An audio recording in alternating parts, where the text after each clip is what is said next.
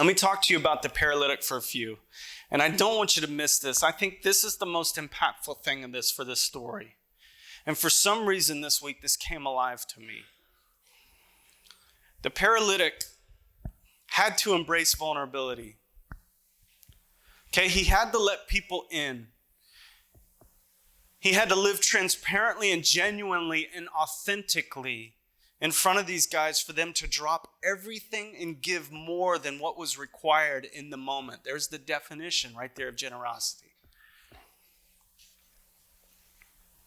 And this is the heart cry of our generation. I've heard this so many times, especially, no offense, I'm one of them, kind of on the edge. Millennials, always got to say this. We want authenticity, right? We want genuine, authentic relationship. We want things to be real. But do we really? Is that really what we want? Folks, why then do we continue to struggle through this life alone without reaching out to those who love and who love us to tell them about the pain in our lives? Why don't we share what has paralyzed us spiritually with our friends?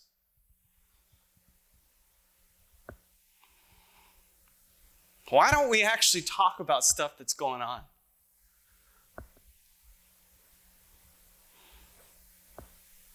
For this paralytic to have friends who were willing to drop everything for him meant they had to be there with him. The paralytic didn't dump his friends and go hang out in a paralytic camp.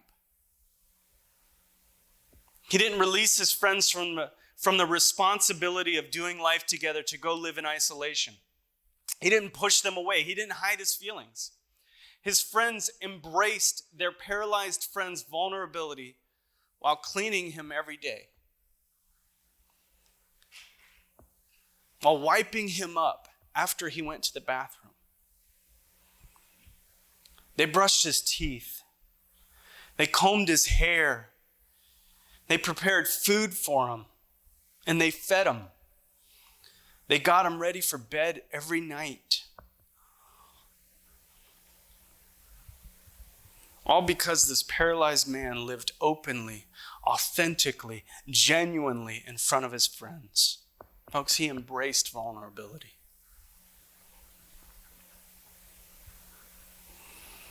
And we can't even tell people the truth about why we are struggling in this life, in our marriages, with our kids, and with our bosses, with this state that we live in.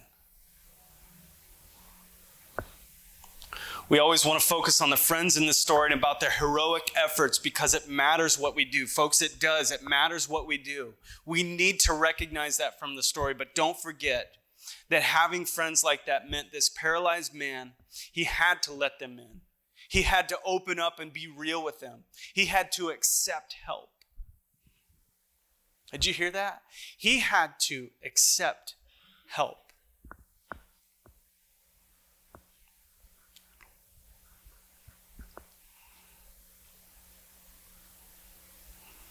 I really want us, church, us. I want us to grasp that. This paralyzed man had to accept help. Think about that in our day and age. Think about what we would do with a paralyzed friend. What home,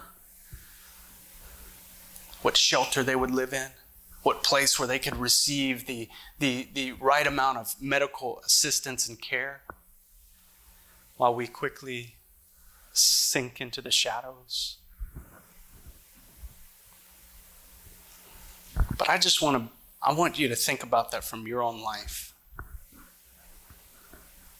Because how often do we approach each other in this life and we say, how's things? All good. I'm good.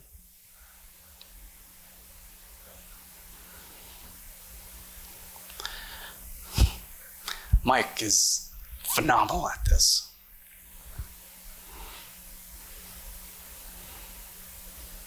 You don't get away with that with him. But folks, that's what we need to do. We need to embrace vulnerability with each other.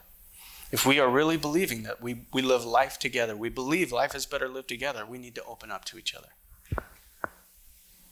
Because we are all struggling. There's real life happening.